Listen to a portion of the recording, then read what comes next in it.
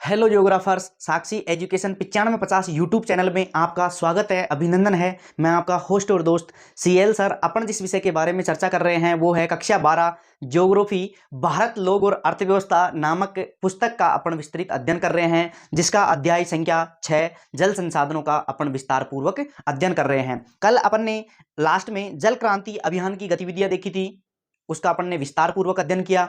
आज अपना जो मुख्य टॉपिक रहेगा वो है अच्छी गुणवत्ता का पानी और दूसरी तरफ है निम्न गुणवत्ता का पानी। तो देखो, सबसे पहले देखते हैं अच्छी गुणवत्ता का पानी। देखो, अच्छी गुणवत्ता का पानी सबसे पहले ये कौन से क्षेत्रों में पाया जाएगा? तो ये सबसे पहले पाया जाता है पर्वतीय क्षेत्रों में। देखो, पर्वतीय क्षेत्रों में अच्छी गुणवत्ता का पानी इसलिए पाया जाता है क्योंकि जैसे ही वर्षा होती है, वर्षा के द्वारा जो नदियां पर्वतीय क्षेत्रों से प्रवाहित होती हैं, तो वहां पर क्या है, एक तो जनसंख्या का अभाव पाया जाता है। पर्वतीय क्षेत्रों में क्या पाया जाता है? जनसंख्या का अभाव पाया जाता है।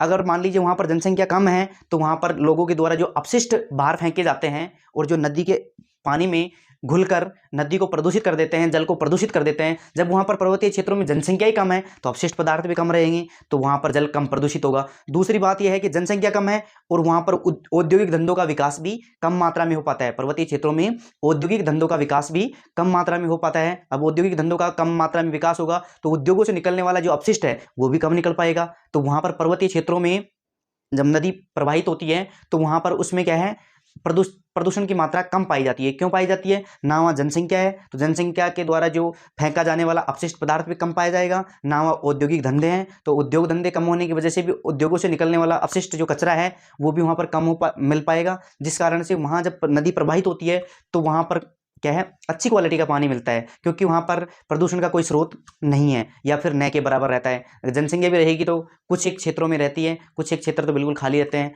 तो कुछ क्षेत्रों में अगर उद्योग धंधों का विकास हुआ होगा तो नाम मात्र का कहीं पे एक दो उद्योग मिल जाए, बात अलग है, नहीं बाकी पर्वतीय क्षेत्रों में बहुत कम मात्रा में उद्योग धंधों का विकास हो पाता है। इस कारण पर्वतीय क्षेत्रों में नदी कम प्रदूषित होती है, जबकि मैदानी भागों में अधिक प्रदूषित होती है। तो सबसे पहले अपन देख लेते हैं अच्छी गुणवत्ता का पानी। तो अच्छी गुणवत्ता का पानी, इसका अपन विस्तार पूर्वक अध्ययन करेंगे। तो देखो, अच्छी गुणवत्ता का पानी मुख्य रूप से पर्वतीय क्षेत्रों में, कौन से क्षेत्रों में? पर्वतीय क्षेत्रों तक ही सीमित रहता है। पर्वतीय क्षेत्रों में ही अच्छी गुणवत्ता का पानी पाया जाता है। अब क्यों पाया जाता है? देखो, मुख्य क्षेत्र कौन सा हो गया? देखो, पर्वतीय क्षेत्रों में जो मुख्य क्षेत्र आता है अपने भारत में वो आता है हिमालयी क्षेत्र। कौन सा क्षेत्र? हिमालयी क्षेत्र। हिमालय क्षेत्र में नदियां कम प्रदूषित होती हैं। क्योंकि वहां पर जनसंख्या का अभाव पाया जाता है, उद्योग धंधों का अभाव पाया जाता है। तो देखिए, मुख्य क्षेत्र कौन सा हो गया? हिमालयी क्षेत्र। कारण, अब क्या कारण है कि वहां पर पर्वतीय क्षेत्रों में या हिमालय क्षेत्रों में अच्छी गुणवत्ता का पानी पाया जाता है? तो इसके कारण भी तो होने चाहिए ना भाई। कारण क्या है? तो कारणों की ओर एक एक की देखते हैं। देखो, इन क्षेत्रों में कम जनसंख्या क्या पाई जाती है? कम जनसंख्या। इन क्षेत्रों में कम जनसंख्या होने के कारण घरेलू अपशिष्ट होने के कारण जो घरेलू अपशिष्ट हैं उनकी भारी कमी है। देखो, यहां पर पर्वतीय क्षेत्रों में जनसंख्या कम पाई जाती है, इसके कारण जो घरेलू अपशिष्ट हैं उनकी भारी कमी पाई जाती है। जब घरेलू अपशिष्ट ही नहीं पाए जाएंगे तो वहां पर नदी जल या जल प्रदूषित कैसे होगा? तो वहां पर अच्छी क्वालिटी का जल पाया जाएगा। तो वहां पर घरेलू अपशिष्टों की भारी कमी होती है। दूसरा, इन क्षेत्रों में औद्योगिक क्षेत्रों की कमी होती है। देखो, इन क्षेत्रों में, कौन से क्षेत्रों में? पर्वतीय क्षेत्रों में औद्योगिक क्षेत्रों की कमी होती है, अर्थात उद्योग धंधे भी कम पाए जाते हैं, उद्योग भी कम मात्रा में पाए जाते हैं, जिस कारण औद्योगिक अपशिष्ट कम पाए जाते हैं। देखो, जब उद्योगों का विकास ही नहीं हुआ है तो औद्योगिक अपशिष्ट कहां से आएंगे? तो यहां पर उद्योगों का विकास कम हो पाया है, इस कारण औद्योगिक अपशिष्ट भी कम मात्रा में पाए जाते हैं। इस कारण यहां पर अच्छी क्वालिटी का पानी पाया जाता है। तीसरा है, इन क्षेत्रों में कृषि का सीमित विकास हुआ है। देखो, पर्वतीय क्षेत्रों में कृषि का भी सीमित विकास हुआ है, बहुत ही कम मात्रा में विकास हो पाता है। जब सीमित विकास हुआ है जिस कारण कीटनाशक जो कीड़ों को मारने की दवाइयां आती हैं जो अपन फसलों के अंदर यूज लेते हैं, कीटनाशक व रासायनिक उर्वरक, जो खाद संबंधी उर्वरक हैं, देखो कीटनाशक व रासायनिक उर्वरकों की भारी कमी होती है, उनकी भी भारी कमी होती है। जब कृषि का विकास ही पर्वतीय क्षेत्रों में कम हो पा रहा है तो वहां पर ना तो कीटनाशकों का प्रयोग करेंगे अपन, ना ही ये उर्वरकों का प्रयोग, रासायनिक उर्वरकों का प्रयोग करेंगे। तो अगर दोनों का ही प्रयोग नहीं करेंगे तो कृषि से संबंधित क्षेत्र भी प्रदूषित नहीं होगा। अगर मान लीजिए वहां पर कृषि कार्य करते हैं और जैसे ही नदी उस कृषि क्षेत्र से गुजरती है तो वहां पर कीटनाशकों का प्रयोग भी कम है, कृषि क्षेत्र भी कम है, तो उस कारण भी वहां पर वो नदी जल प्रवाहित होता है तो वो प्रदूषित नहीं हो पाता है, बहुत ही कम मात्रा में प्रदूषित हो पाता है ना।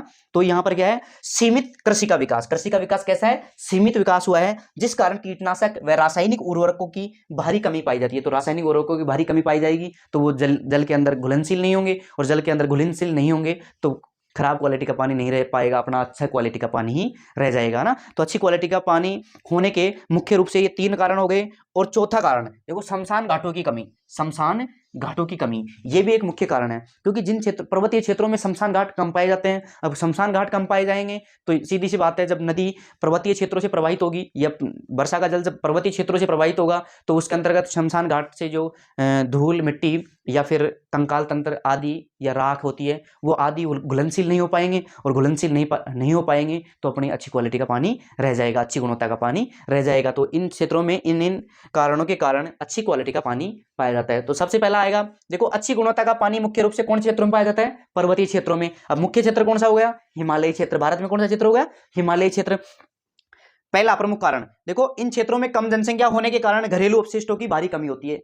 जनसंख्या कम है तो घरेलू अपशिष्ट कम है, और घरेलू अपशिष्ट कम है तो अच्छी गुणवत्ता का पानी स्वतः ही पाया जाएगा। दूसरी बात है, इन क्षेत्रों में औद्योगिक क्षेत्रों की कमी है, औद्योगिक विकास भी कम मात्रा में हुआ है तो औद्योगिक अपशिष्ट भी कम मात्रा में पाए जाएंगे, और औद्योगिक अपशिष्ट कम मात्रा में पाए जाएंगे तो अच्छी क्वालिटी का पानी मिल पाएगा वहां पर। इन क्षेत्रों में कृषि का सीमित विकास हुआ है, पर्वतीय क्षेत्रों में देखो कृषि का सीमित विकास हुआ है, जिस कारण से भी वहां पर अच्छी क्वालिटी का पानी पाया जाता है, क्योंकि ना तो वहां कीटनाशकों का प्रयोग किया गया है अत्यधिक मात्रा में, और ना ही वहां पर रासायनिक उर्वरकों का, खाद बीजों का प्रयोग किया गया है, तो वहां पर इस कारण भी अच्छी क्वालिटी का पानी पाया जाता है। और ना ही वहां पर शमशान घाट है। शमशान घाट नहीं होने के कारण भी जो धूल या राख मिलती है या कंकाल तंत्र मिलते हैं वो भी जल के अंतर्गत घुलनशील नहीं होते हैं। तो अच्छी क्वालिटी का पानी अपने को प्राप्त करने के लिए वर्षा जल का संग्रहण कहां पर करना चाहिए? पर्वतीय क्षेत्रों में। तो पर्वतीय क्षेत्रों में अच्छी क्वालिटी का पानी पाया जाता है। दूसरी ओर देखते हैं निम्न गुणवत्ता का पानी। देखो, निम्न गुणवत्ता का पानी पाया जाता है मैदानी क्षेत्रों में। मैदानी क्षेत्रों में जनसंख्या भी अधिक रहती है, औद्योगिक धंधों का विकास भी अधिक होता है, इसके अलावा जो परिवहन के साधन है वो भी अत्यधिक मात्रा में चलते हैं, इसके अलावा शमशान घाटों की अधिकता रहती है, तो इन कारण से वहां पर प्रदूषित जल की मात्रा अधिक पाई जाती है, अर्थात निम्न गुणवत्ता का पानी पाया जाता है। कृषि विकास भी मैदानी क्षेत्रों में ज्यादा होता है। अब कृषि विकास ज्यादा होगा तो अपन कीटनाशकों का प्रयोग भी ज्यादा करेंगे, खाद बीजों का, रासायनिक उर्वरकों का प्रयोग भी अत्यधिक मात्रा में करेंगे, उस कारण से जो पानी की क्वालिटी है वो कम पाई जाती है, मतलब अच्छी क्वालिटी का पानी नहीं पाया जाता है। अच्छी क्वालिटी का पानी पर्वतीय क्षेत्रों में पाया जाता है, जबकि निम्न क्वालिटी का पानी मैदानी क्षेत्रों में पाया जाता है। तो अपन देखते हैं निम्न गुणवत्ता का पानी। देखो, मुख्य रूप से मैदानी भागों में, कौन से भागों में? मैदानी भागों में निम्न गुणवत्ता का पानी पाया जाता है। देखो, सबसे पहले अपन देखेंगे तो भाग कौन सा हो गया, क्षेत्र कौन सा हो गया? मैदानी भाग। वहां पर निम्न गुणवत्ता का पानी पाया जाता है। कारण क्या कारण रहे? अत्यधिक जनसंख्या। देखो, जनसंख्या अत्यधिक रहती है। देखो, मैदानी भागों में जनसंख्या का निवास स्थान अधिक पाया जाता है, तो अत्यधिक जनसंख्या के कारण घरेलू अपशिष्ट भी ज्यादा पाए जाएंगे। अब घरेलू अपशिष्ट ज्यादा पाए जाएंगे तो वहां पर जब नदी जल प्रवाहित होगा तो वो सीधी सी बात है निम्न क्वालिटी का पानी पाया जाएगा, क्योंकि उसके अंतर्गत जो जनसंख्या अधिक के कारण घरेलू अपशिष्ट उसमें जल में घुलनशील हो जाते हैं, जिसके कारण निम्न गुणवत्ता का पानी पाया जाता है। दूसरी ओर अत्यधिक कृषि विकास। देखो, अत्यधिक कृषि विकास भी ज्यादा होता है मैदानी क्षेत्रों में, जिस कारण देखो कीटनाशकों का अत्यधिक प्रयोग करते हैं, रासायनिक उर्वरकों का अत्यधिक प्रयोग करने के कारण निम्न क्वालिटी का पानी हो जाता है, क्योंकि वो भी उसके अंतर्गत घुलनशील हो जाते हैं। इसके अलावा अत्यधिक औद्योगिक क्षेत्र। देखो, औद्योगिक क्षेत्रों का भी अधिक विकास होता है। कौन से क्षेत्रों में? मैदानी क्षेत्रों में। जब औद्योगिक क्षेत्रों का अधिक विकास होगा तो उद्योगों से निकलने वाला औद्योगिक जो हानिकारक अपशिष्ट है, हानिकारक जो अपशिष्ट है उनकी भी अधिकता पाई जाएगी। अब औद्योगिक अपशिष्टों की अधिकता पाई जाएगी तो वहां पर सीधी सी बात है, जब जैसे ही नदी जल का प्रवाह होगा या फिर जैसे ही वर्षा आएगी, नदी प्रवाहित होगी, तो उसके अंतर्गत वो औद्योगिक अपशिष्ट समाहित हो जाएंगे, और औद्योगिक अपशिष्ट समाहित होने से वो उसकी गुणवत्ता में कमी आ जाती है। जो नदी जल है, ये जो जल है, उसकी गुणवत्ता में कमी हो जाती है। इसलिए पर्वतीय क्षेत्रों में अच्छी क्वालिटी का पानी पाया जाता है, अच्छी गुणवत्ता का पानी पाया जाता है, जबकि मैदानी भागों में निम्न गुणवत्ता का पानी पाया जाता है। मैदानी भागों में निम्न गुणवत्ता का पानी पाया जाता है। तो ये हो गया अपना अच्छी गुणवत्ता का पानी, और दूसरा हो गया निम्न गुणवत्ता का पानी। पहला कौन सा हो गया? अच्छी गुणवत्ता का पानी, और दूसरा कौन सा हो गया? निम्न गुणवत्ता का पानी। अब इसके अलावा देखो, अपन देखेंगे नदियों में जो प्रदूषण हो रहा है उसका मुख्य स्रोत क्या है, उसके बारे में अपन चर्चा करेंगे। एक बार आप स्क्रीनशॉट लीजिए, फिर अपन आगे चलेंगे।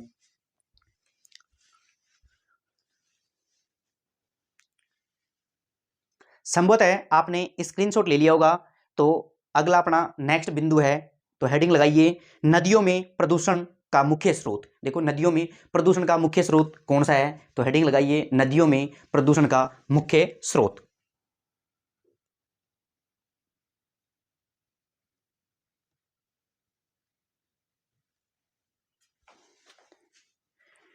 तो देखो नेक्स्ट हेडिंग लगाइए नदियों में प्रदूषण का मुख्य स्रोत। नेक्स्ट हेडिंग क्या है अपनी? नदियों में प्रदूषण का मुख्य स्रोत। तो सबसे पहले अपन लिखेंगे नदियों में प्रदूषण का मुख्य स्रोत। तो नदियों में प्रदूषण का जो मुख्य स्रोत है, प्रदूषण क्यों हो रहा है, क्या कारण है नदियां प्रदूषित होती जा रही हैं, तो उसका मुख्य स्रोत लिखेंगे अपन। क्या है मुख्य स्रोत? जीव व जीवाणुकृत प्रदूषण। देखो जीव व जीवाणुकृत प्रदूषण नदियों को प्रदूषित होने में सहायक है। देखो नदियों को प्रदूषित करने में सहायक स्रोत है। देखो नदियों में प्रदूषण का जो मुख्य स्रोत है वो है जीव व जीवाणुकृत प्रदूषण। जीव व जीवाणुकृत प्रदूषण ये मुख्य स्रोत है। आपसे पूछा जाए भाई नदियों में प्रदूषण का जो मुख्य स्रोत है वो क्या है, तो अपन लिखेंगे जीव व जीवाणुकृत प्रदूषण। देखो प्रमुख प्रदूषित नदियां, नेक्स्ट हेडिंग लगाइए प्रमुख प्रदूषित नदियां। तो प्रमुख प्रदूषित नदियां कौन कौन सी हैं? तो सबसे पहले देखो सबसे ज्यादा जो प्रदूषित नदियां है वो है यमुना। सबसे ज्यादा भारत की सर्वाधिक प्रदूषित नदी है वो है अपनी यमुना। तो एक एक नदियों के बारे में अपन विस्तार पूर्वक अध्ययन करते हैं। पहली नदी है यमुना नदी। पहली नदी कौन सी है? यमुना नदी है। यह दिल्ली एवं इटावा के बीच, देखो दिल्ली एवं इटावा के बीच संपूर्ण नदी प्रदूषित नहीं होती है। क्यों नहीं होती है? क्योंकि नदियां ज्यादातर पर्वतीय भागों से निकलती हैं, और पर्वतीय भागों से निकलती हैं तो पर्वतीय क्षेत्रों में वो अच्छी क्वालिटी का पानी होता है उसमें, जबकि मैदानी भागों में निम्न क्वालिटी का पानी होता है। इस कारण से देखो ये जो यमुना नदी है वो दिल्ली एवं इटावा के बीच में सर्वाधिक प्रदूषित है। कहां पर सर्वाधिक प्रदूषित है? दिल्ली एवं इटावा के बीच में। आपसे पूछा जा सकता है जो यमुना नदी है वो सर्वाधिक प्रदूषित है तो कौन से क्षेत्र में है? दिल्ली एवं इटावा के बीच में सर्वाधिक प्रदूषित है। भारत की ही सर्वाधिक प्रदूषित नदी, देखो आपसे यह भी पूछा सकता है कि भारत की सर्वाधिक जो प्रदूषित नदी है वो निम्न में से कौन सी है? तो ये चार ऑप्शन दे देंगे, यमुना, गंगा, साबरमती, गोमती। तो इसमें से सबसे ज्यादा प्रदूषित नदी कौन सी है? अपनी यमुना नदी है। नंबर दूसरी, देखो सबसे इंपॉर्टेंट नदी है अपनी यमुना। यमुना नदी ये पूछी जा सकती है आपसे ना, तो कौन से क्षेत्र में सर्वाधिक प्रदूषित है? तो ये दिल्ली एवं इटावा के बीच में सर्वाधिक प्रदूषित है, जो भारत की सर्वाधिक प्रदूषित नदियों में से एक है। अगली नेक्स्ट नदी है अपनी गंगा नदी। देखो गंगा नदी का क्षेत्र भी आपसे पूछा जा सकता है, भाई गंगा नदी कौन से क्षेत्र में सर्वाधिक प्रदूषित है, तो ये आपसे पूछा जा सकता है। तो गंगा नदी के बारे में अपन क्या लिखेंगे? गंगा नदी कानपुर व वाराणसी के मध्य, कानपुर व वाराणसी के मध्य सर्वाधिक जो प्रदूषित नदी है वो कौन सी है? गंगा नदी। वाराणसी, कानपुर व वाराणसी के मध्य। इसके अलावा देखो तीसरी मुख्य नदी है वो है अपनी, देखो ये भी इंपॉर्टेंट है, गंगा और यमुना। देखो और नदियों का आपको ध्यान रहे या ना रहे, लेकिन गंगा का और यमुना का अपने को विशेष तौर से ध्यान रखना है, इनसे प्रश्न बन सकता है ना। तीसरी आती है साबरमती। देखो साबरमती सर्वाधिक प्रदूषित नदी है अहमदाबाद में। देखो अहमदाबाद में ये सर्वाधिक प्रदूषित हो रही है। कौन सी नदी? साबरमती नदी है, वो अहमदाबाद क्षेत्र में, जो अहमदाबाद कौन से राज्य में पड़ता है? गुजरात में पड़ता है। तो अहमदाबाद में ये सर्वाधिक प्रदूषित है। इसके अलावा गोमती सर्वाधिक प्रदूषित है लखनऊ में। इसके अलावा देखो काली, अडियार, कुअम, वैगई ये है मदुरई में। कौन से क्षेत्र में? मदुरई में सर्वाधिक प्रदूषित है। मूसी है वो हैदराबाद में। मूसी जो नदी है वो सर्वाधिक प्रदूषित है कौन से क्षेत्र में? हैदराबाद में। देखो नेक्स्ट हेडिंग लगाइए आप, जल संसाधन संबंधी वैधानिक व्यवस्थाएं। नेक्स्ट हेडिंग लगाइए, जल संसाधन संबंधी वैधानिक व्यवस्थाएं। इसके बारे में अपन एक एक के बारे में विस्तार पूर्वक चर्चा करते हैं। देखो जल संसाधन संबंधी जो वैधानिक व्यवस्थाएं हैं उनमें से तीन मुख्य व्यवस्थाएं हैं। कौन कौन सी हैं? जल अधिनियम 1974, उसके अलावा जल उपकर अधिनियम 1977, उसके अलावा पर्यावरण सुरक्षा संरक्षण अधिनियम 1986। ये तीन प्रमुख वैधानिक व्यवस्थाएं हैं। तो जल संसाधन संबंधी वैधानिक व्यवस्थाएं, इनके एक एक के बारे में अपन विस्तार पूर्वक चर्चा कर लेते हैं। तो सबसे पहले इंपॉर्टेंट है, वेरी इंपॉर्टेंट है, जल अधिनियम। सबसे पहले पूछा जा सकता है जल अधिनियम, भारत में जल अधिनियम कब आया? तो 1974 में। सबसे पहले लिखना है भारत में जल अधिनियम 1974। उसके बाद इस अधिनियम के तहत, देखो जो जल अधिनियम 1974 है, इस अधिनियम के तहत केंद्रीय प्रदूषण, ये वेरी वेरी वेरी इंपॉर्टेंट प्रश्न है। देखो जल अधिनियम 1974 के तहत केंद्रीय प्रदूषण नियंत्रण बोर्ड सीपीसीबी की स्थापना हुई। देखो कई बार ये प्रश्न आपसे पूछा जाता है, अर्धवार्षिक परीक्षा में भी पूछा गया है, वार्षिक में भी पूछा जा सकता है कि सीपीसीबी की फुल फॉर्म बताइए। तो सीपीसीबी का शाब्दिक अर्थ होता है केंद्रीय प्रदूषण नियंत्रण बोर्ड, लेकिन इसकी जो स्पेलिंग होती है वो होती है सेंट्रल। क्या होती है? सेंट्रल। सी से क्या हो गया? सेंट्रल। पी से क्या हो गया? पोल्यूशन। Central pollution. सी से क्या हो गया? कंट्रोल। और बी से क्या हो गया? Board. Central pollution control board, इसकी फुल फॉर्म है किसकी? सीपीसीबी की, केंद्रीय प्रदूषण नियंत्रण बोर्ड की। उसके अलावा देखो दूसरी है वैधानिक व्यवस्था, वो है जल उपकर अधिनियम। तो ये आपसे पूछा जा सकता है जल उपकर अधिनियम भारत में कब आया था, तो ये इसकी सन पूछी जा सकती है। तो कब आया था? 1977 में। कब आया था? 1977 में जल उपकर अधिनियम 1977। इसके अलावा पर्यावरण सुरक्षा संरक्षण अधिनियम, ये भारत में कब लागू हुआ, कब आया, तो ये भी पूछा जा सकता है। तो ये भी सन अपने को याद रखनी है 1986 में। तो ये प्रमुख हो गई जल संसाधन संबंधित वैधानिक व्यवस्थाएं। क्या हो गई? जल संसाधन संबंधी वैधानिक व्यवस्थाएं। इसमें से देखो मुख्य रूप से जो प्रश्न पूछा जाने वाला है वो है सीपीसीबी, केंद्रीय प्रदूषण नियंत्रण बोर्ड। देखो केंद्रीय प्रदूषण नियंत्रण के बोर्ड के बारे में कई बार प्रश्न आता है, तो इसकी फुल फॉर्म भी पूछी जा सकती है और इसके क्या क्या कार्य हैं, इसके द्वारा क्या क्या होता है, उसके बारे में पूछा जा सकता है। तो अपन केंद्रीय प्रदूषण जो नियंत्रण बोर्ड है इसको अलग से विस्तार पूर्वक अध्ययन करेंगे। देखो ये तो तीन हो गई जल संसाधन संबंधी वैधानिक व्यवस्थाएं। आपसे पूछा जाएगा जल संसाधन संबंधी तीन वैधानिक व्यवस्थाएं कौन कौन सी हैं, तो अपने को लिखना है जल अधिनियम 1974, दूसरा है जल उपकर अधिनियम 1977 और तीसरा है पर्यावरण सुरक्षा संरक्षण अधिनियम 1986। तो ये तीन जल संसाधन संबंधी वैधानिक व्यवस्थाएं हैं। अपन अब विस्तार पूर्वक चर्चा करेंगे किसके बारे में? सीपीसीबी के बारे में। इसका अलग से अपन एक टॉपिक लिख लेते हैं, एक बिंदु हेडिंग लगाइए आप, सीपीसीबी, इसके बारे में अपन विस्तार पूर्वक चर्चा करेंगे। एक बार इसका आप स्क्रीनशॉट लीजिए, फिर अपन आगे चलेंगे केंद्रीय प्रदूषण नियंत्रण बोर्ड की ओर।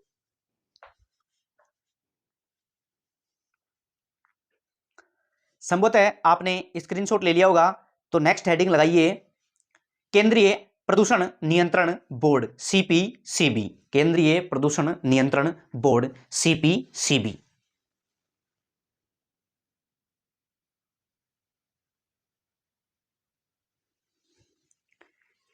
तो देखो नेक्स्ट हेडिंग लगाइए केंद्रीय प्रदूषण नियंत्रण बोर्ड। केंद्रीय प्रदूषण नियंत्रण बोर्ड के बारे में अपन विस्तार पूर्वक चर्चा करेंगे। तो नेक्स्ट हेडिंग लगाइए केंद्रीय प्रदूषण नियंत्रण बोर्ड, सीपीसीबी, सीपीसीबी, जिसके बारे में अपन विस्तार पूर्वक अध्ययन करेंगे। तो देखो केंद्रीय प्रदूषण नियंत्रण बोर्ड, सीपीसीबी। देखो सबसे पहले सीपीसीबी जो केंद्रीय प्रदूषण नियंत्रण बोर्ड है उसकी फुल फॉर्म पूछी जाती है। तो फुल फॉर्म अपने को याद रखनी है, central pollution control board, central pollution control board. तो ये इसकी फुल फॉर्म है। तो सबसे पहले अपने को ये ध्यान रखना है ना, सीपीसीबी। देखो भारत में जल अधिनियम 1974, जल अधिनियम भारत में कब आया था? 1974 में। देखो भारत में जल अधिनियम 1974 के तहत इस बोर्ड की स्थापना केंद्र स्तर पर की गई, केंद्र स्तर पर की गई। देखो सबसे पहले अपने को यह ध्यान रखना है कि इसकी स्थापना भारत में जो जल अधिनियम 1974 आया था उसके तहत इसकी स्थापना की गई। कौन सी सरकार के तहत की गई? केंद्र स्तर पर की गई, अर्थात केंद्र सरकार के तहत की गई। दूसरी देखो, दूसरी इसकी मुख्य बात है, इसी प्रकार देखो इसी प्रकार ये तो केंद्र स्तर पर तो क्या हो गई? केंद्रीय प्रदूषण नियंत्रण board, CPCB, central pollution control board. लेकिन इसी प्रकार राज्य स्तर पर, कौन से स्तर पर? राज्य स्तर पर राज्य प्रदूषण नियंत्रण बोर्ड, राज्य प्रदूषण नियंत्रण बोर्ड, एसपीसीबी स्थापित किया गया, एसपीसीबी स्थापित किया गया। ये राज्य स्तर की संस्था है, ये केंद्र स्तर की संस्था है। तो एसपीसीबी, देखो एसपीसीबी मतलब राज्य प्रदूषण नियंत्रण बोर्ड, राज्य प्रदूषण नियंत्रण बोर्ड। अब एसपीसीबी की फुल फॉर्म क्या है? State pollution control board. क्या है इसकी full form? State pollution control और board, state pollution control board. तो ये भी आपसे पूछी जा सकती है। राज्य स्तर पर जो राज्य प्रदूषण नियंत्रण बोर्ड है एसपीसीबी, उसकी फुल फॉर्म क्या है? तो उसकी फुल फॉर्म है स्टेट पोल्यूशन कंट्रोल बोर्ड।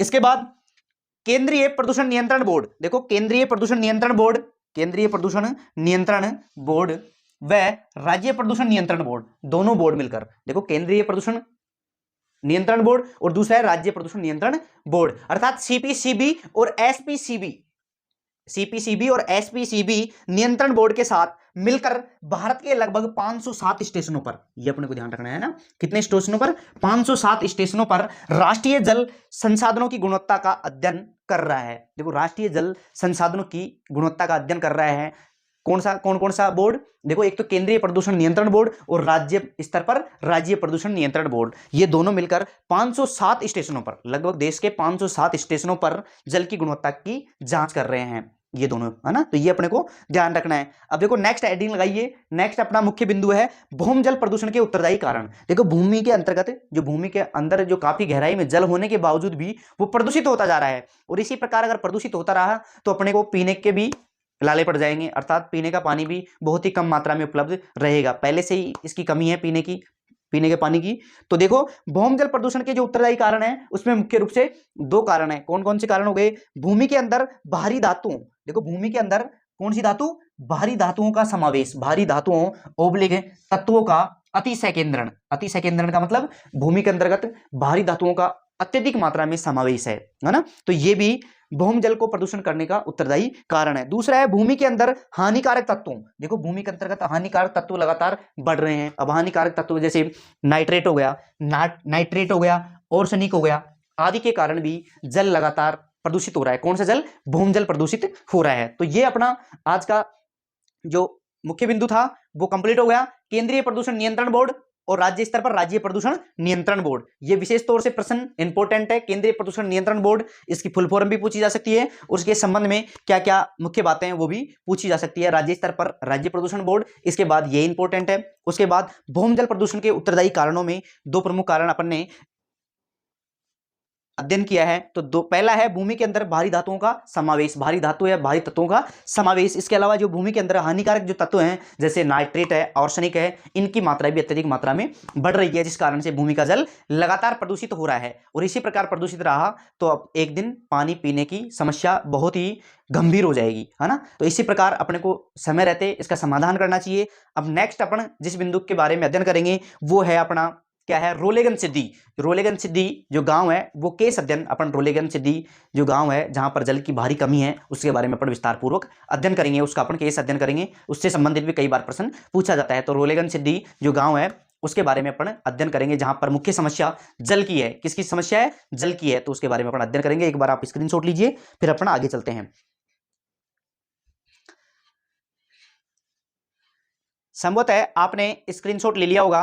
तो नेक्स्ट हेडिंग लगाइए, रोलेगन सिद्धि में जल संरक्षण विकास एक वस्तु स्थिति अध्ययन। हेडिंग लगाइए, रोलेगन सिद्धि में जल संभर विकास एक वस्तु स्थिति अध्ययन।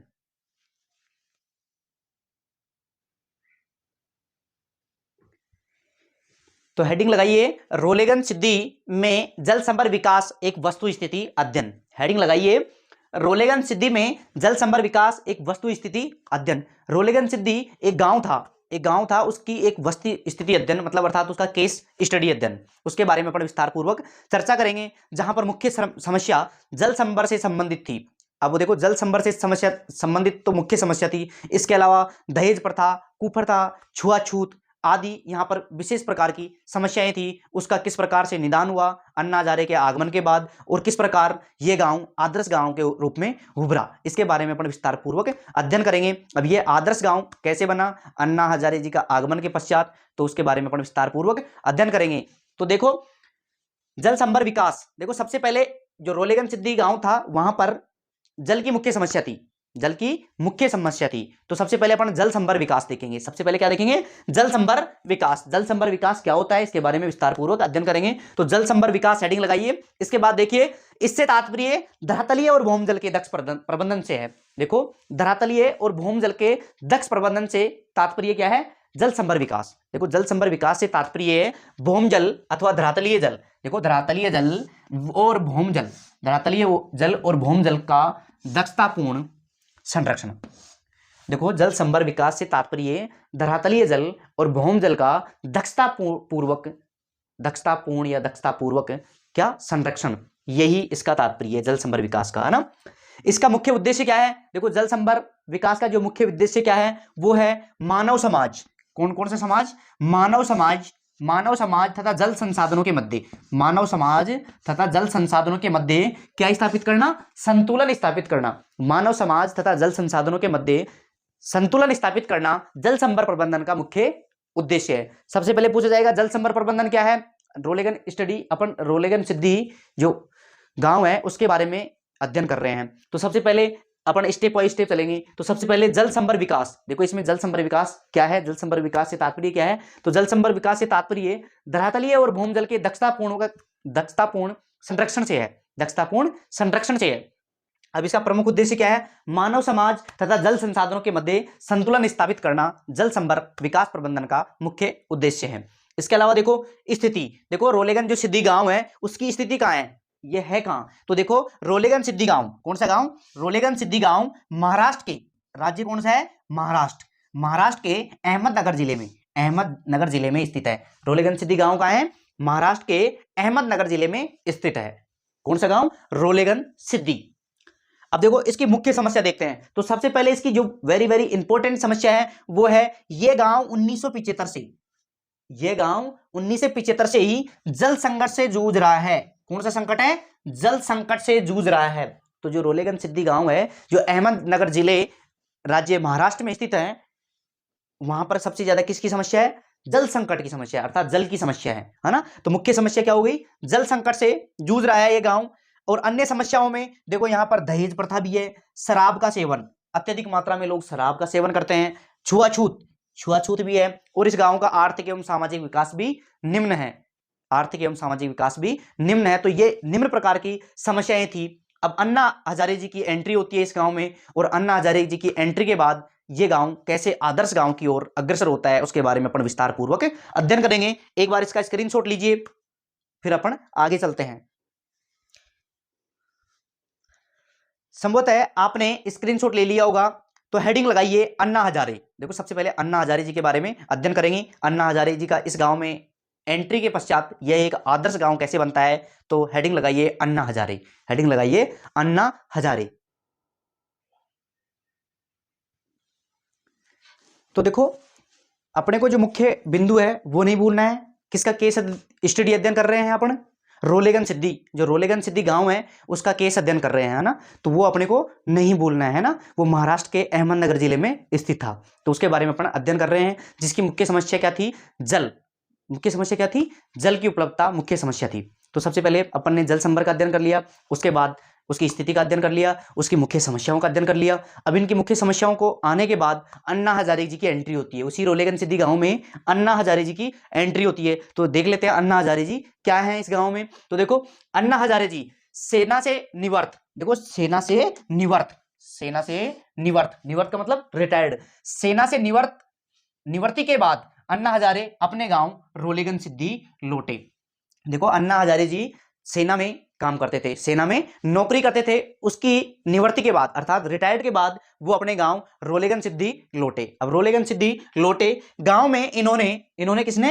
अन्ना हजारे जी ने गांव में इन्होंने जल संकट, क्या देखा? जल संकट ओब्लिक कुप्रबंधन की समस्या के साथ साथ देखो जो जल संकट या कुप्रबंधन, ये तो इसकी मुख्य समस्या थी। इस समस्या के साथ साथ अन्य समस्याओं को देखा, अन्य समस्याओं को भी देखा, जैसे असाक्षरता थी, स्वास्थ्य सुविधाओं का अभाव था, इन्होंने ये समस्याएं देखी। इसके अलावा अवैध मदिरा सेवन, वहां पर गांव में सर्वाधिक जो जनसंख्या थी, श्रमिक मजदूर थे, वो किसका सेवन करते थे? मदिरा का सेवन करते थे, अर्थात शराब पीते और मस्त रहते, है ना। तो उन्होंने ये अन्य समस्याएं देखी, और वहां पर छुआछूत भी थी, दहेज प्रथा भी थी, आदि समस्याओं का इन्होंने जिक्र किया। अर्थात इन्होंने आते ही अपने गांव में रोलेगन सिद्धि में इन समस्याओं को देखा। अन्ना हजारे जी ने सर्वप्रथम मुख्य समस्या जल संकट, देखो सर्वप्रथम जो मुख्य समस्या थी जल संकट के निवारण के लिए जल संभर विकास प्रबंधन का प्रस्ताव रखा। सबसे पहले तो जो मुख्य समस्या थी जल संकट की, उसके बारे में इन्होंने आते ही जल संभर विकास प्रबंधन के संबंध में प्रस्ताव रखा।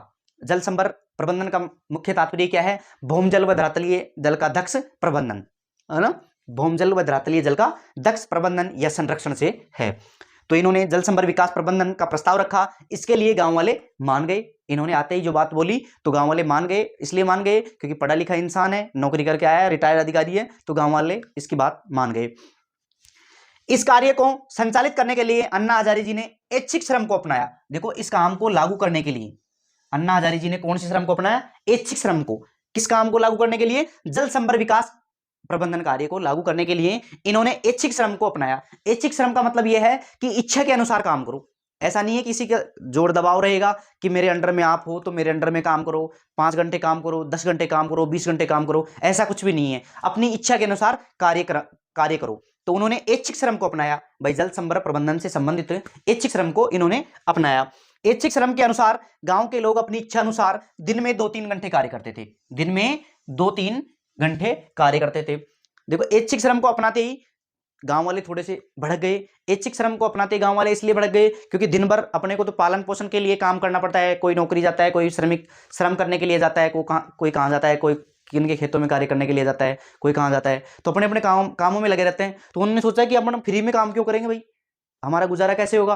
तो उन्होंने कहा कि आप ऐच्छिक श्रम करो, दिन भर आप कोई दिक्कत नहीं है, जिस काम के लिए जा रहे हो वो काम करो, लेकिन जैसे ही अपने को टाइम मिलता है, सुबह जिसको टाइम मिल रहा है वो सुबह आ जाओ 2-3 घंटे और इस काम को प्रस्तावित करो। जिसको दोपहर में टाइम मिल रहा है तो वो दोपहर में आ जाओ, जिसको शाम को टाइम मिल रहा है वो शाम को आ जाओ, अर्थात 2-3 घंटे कैसे भी निकाल के ऐच्छिक श्रम के रूप में कार्य करो।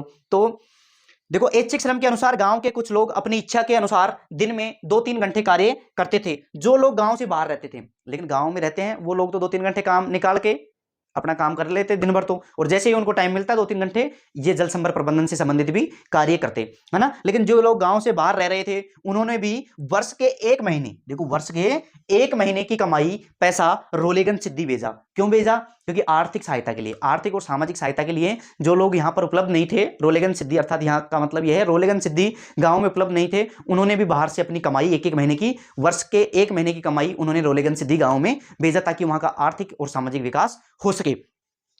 जिस कारण समाज के आर्थिक एवं सामाजिक विकास, जिस कारण आर्थिक एवं सामाजिक विकास किसका? समाज का। देखो, जिस कारण समाज का आर्थिक एवं सामाजिक विकास हेतु सरकारी सहायता की न्यूनतम निर्भरता रही। देखो, वो लोग सरकारी सहायता पर निर्भर नहीं रहे, उन्होंने स्वयं ही अपना कार्य किया। देखो, ऐच्छिक श्रम के रूप में तो जो गांव में लोग रहते थे उन्होंने तो 2-2 3-3 घंटे निकाल के वो काम किया, और जो गांव से बाहर रहते थे उन्होंने आर्थिक सहायता के रूप में 1-1 महीने की कमाई भेजी, अर्थात उन्होंने सरकार पर निर्भर नहीं रहे, वो लोग सरकार पर निर्भर नहीं रहे, अपना काम स्वयं ही कर रहे थे। तो जिस कारण समाज के आर्थिक एवं सामाजिक विकास हेतु सरकारी सहायता पर न्यूनतम निर्भरता रही, अर्थात सरकारी सहायता पर कोई भी निर्भरता नहीं रही, वो स्वयं अपना काम स्वयं कर रहे थे। ऐच्छिक श्रम के माध्यम से गांव में जल संभर प्रबंधन विधि के रूप में तालाब का निर्माण किया गया। सबसे पहले किसका निर्माण किया गया? तालाब का निर्माण किया गया, क्योंकि ऐच्छिक श्रम के रूप में तो लोग काम करने के लिए आ गए, और जो अपने को पैसे की जरूरत थी, जो लोग बाहर रह रहे थे उन्होंने पैसा भेज दिया और अपना काम स्टार्ट कर दिया। तो सर्वप्रथम उन्होंने किसका निर्माण किया? तालाब का निर्माण किया। किसका निर्माण किया? तालाब का निर्माण किया। इसके बाद की जो स्टडी अध्ययन है उसके बारे में अपन विस्तार पूर्वक अध्ययन करेंगे। एक बार इसका स्क्रीनशॉट लीजिए। तो अपन कहां तक आ गए? तालाब का अध्ययन। देखो, ऐच्छिक श्रम के रूप में अपन ने तालाब का अध्ययन किया, और जो गांव से बाहर लोग रहते थे उन्होंने पैसा भेजा, उसके लिए अपन सामाजिक जो आर्थिक और सामाजिक सहायता थी उन्होंने प्रदान की, ताकि अपने को सरकार पर डिपेंड नहीं रहना पड़े, अपन स्वयं आत्मनिर्भर बन सके।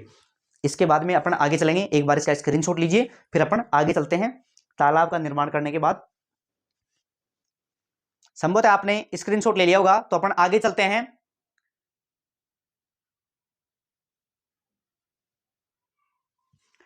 तो देखो, लोगों ने अन्ना हजारे जी के नेतृत्व में उन्होंने तालाबों का निर्माण किया जल संरक्षण के लिए। अब तालाबों का निर्माण से आगे अपन चलते हैं, उसी के अंतर्गत रोलेगन सिद्धि के स्टडी के अंतर्गत। तो देखो, उन्होंने तालाब का निर्माण कर दिया।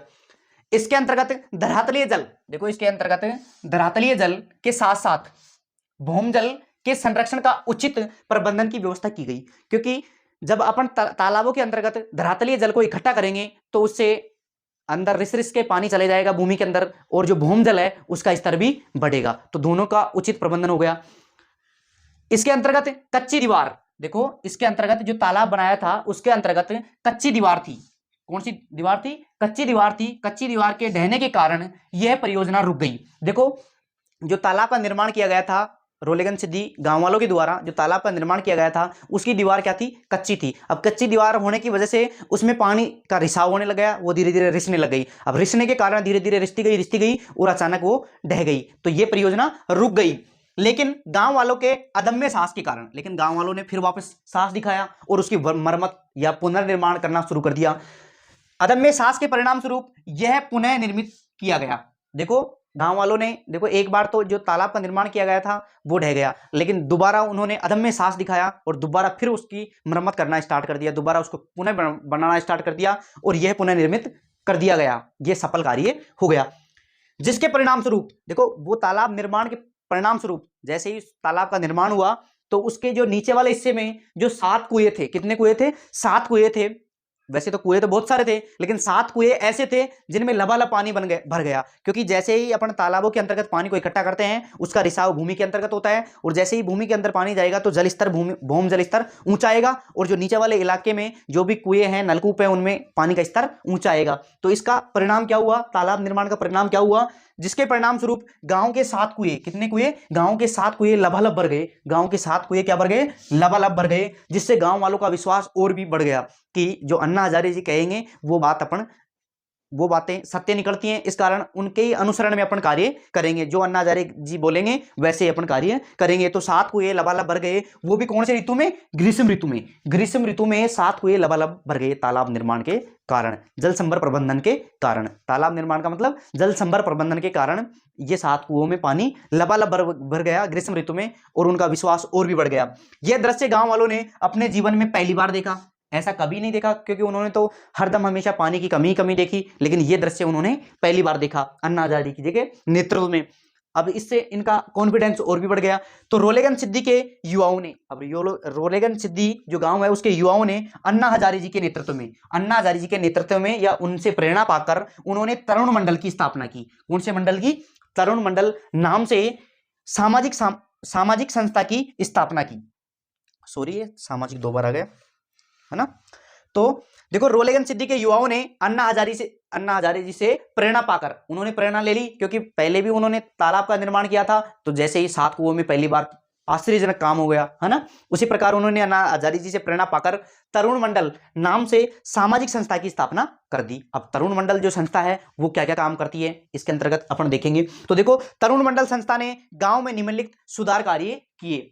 अब देखो, पहला कार्य है अत्यधिक जल उपयोग वाली, देखो अत्यधिक जल उपयोग वाली फसलों के स्थान पर कम जल उपयोग वाली फसलों का उत्पादन किया गया, क्योंकि अपने को तो पानी बचाना है, जल संभर या जल संरक्षण कार्य करना है। तो उन्होंने क्या किया, जो पहले अत्यधिक मात्रा में जिन फसलों को जल की आवश्यकता होती थी उनका उत्पादन करते थे, लेकिन उनके स्थान पर जिनको कम जल की आवश्यकता होती है उनका उन्होंने उत्पादन करना स्टार्ट किया, ताकि जल का संरक्षण किया जा सके।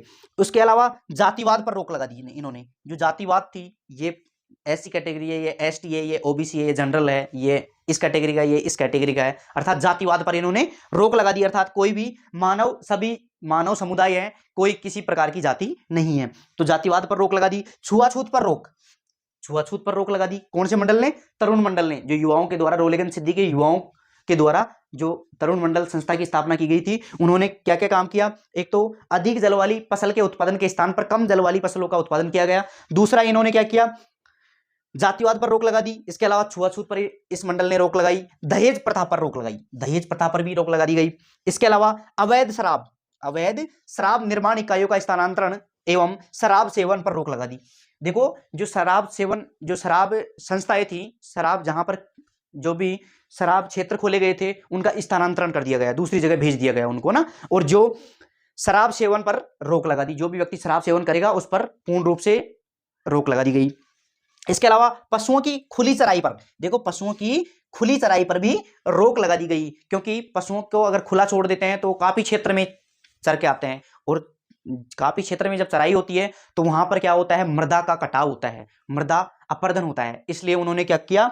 ये निम्न प्रकार के तरुण मंडल के द्वारा ये कार्य सिद्ध किए। इसके अलावा इन्होंने क्या क्या किया, किस प्रकार और आगे इन्होंने रोलेगन सिद्धि को एक अदम्य गांव के रूप में उभारा, तो वो अपन आगे अध्ययन करेंगे। एक बार आप स्क्रीनशॉट लीजिए, फिर अपन आगे चलते हैं।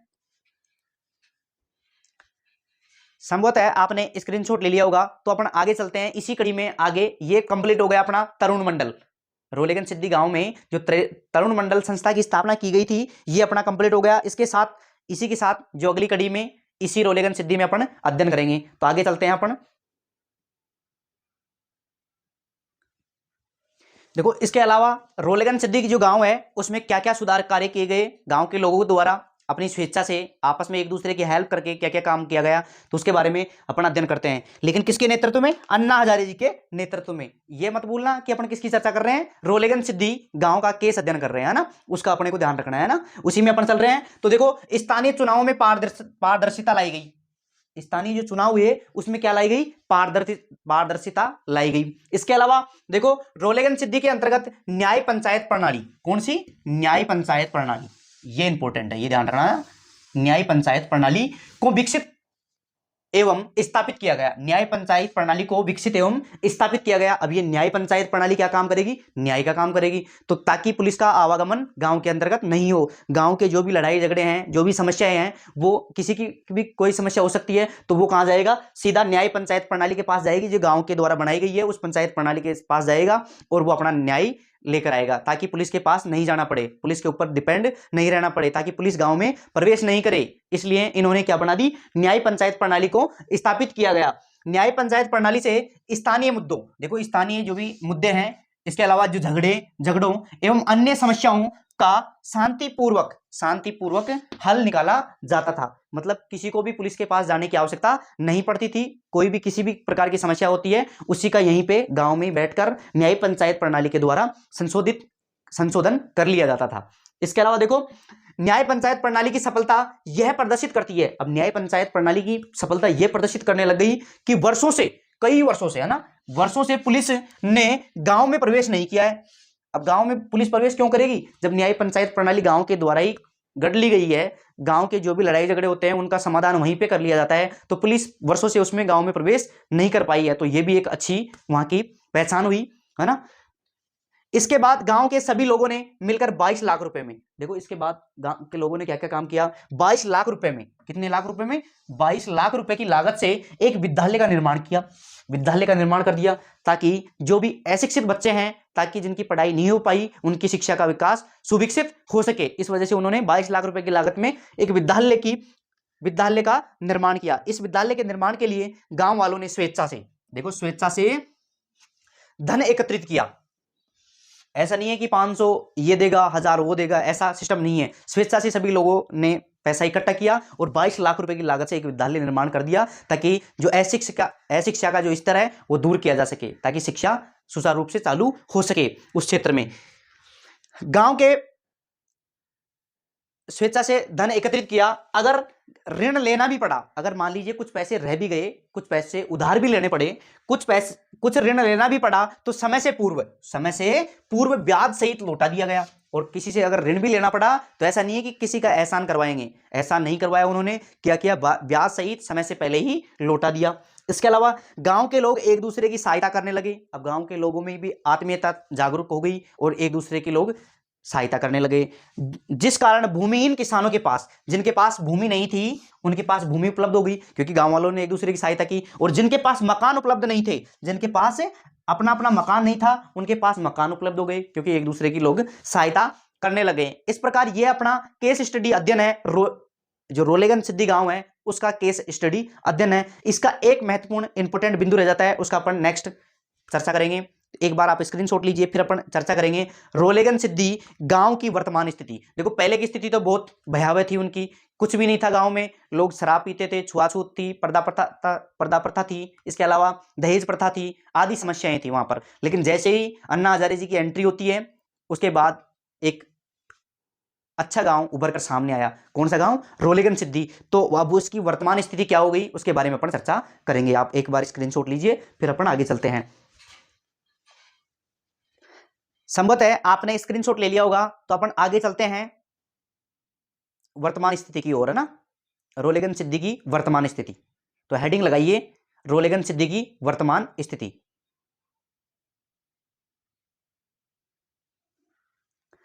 तो देखो रोलेगन सिद्धि गांव की वर्तमान स्थिति, हेडिंग लगाइए वर्तमान स्थिति इस गांव की क्या रही है, क्या है वर्तमान में, तो हेडिंग लगाइए रोलेगन सिद्धि गांव की वर्तमान स्थिति। तो देखो वर्तमान समय में यह गांव पूर्ण रूप से आदर्श गांव, कैसा गांव? आदर्श गांव बनने की ओर अग्रसर हो रहा है, आदर्श गांव बनने की ओर अग्रसर हो रहा है।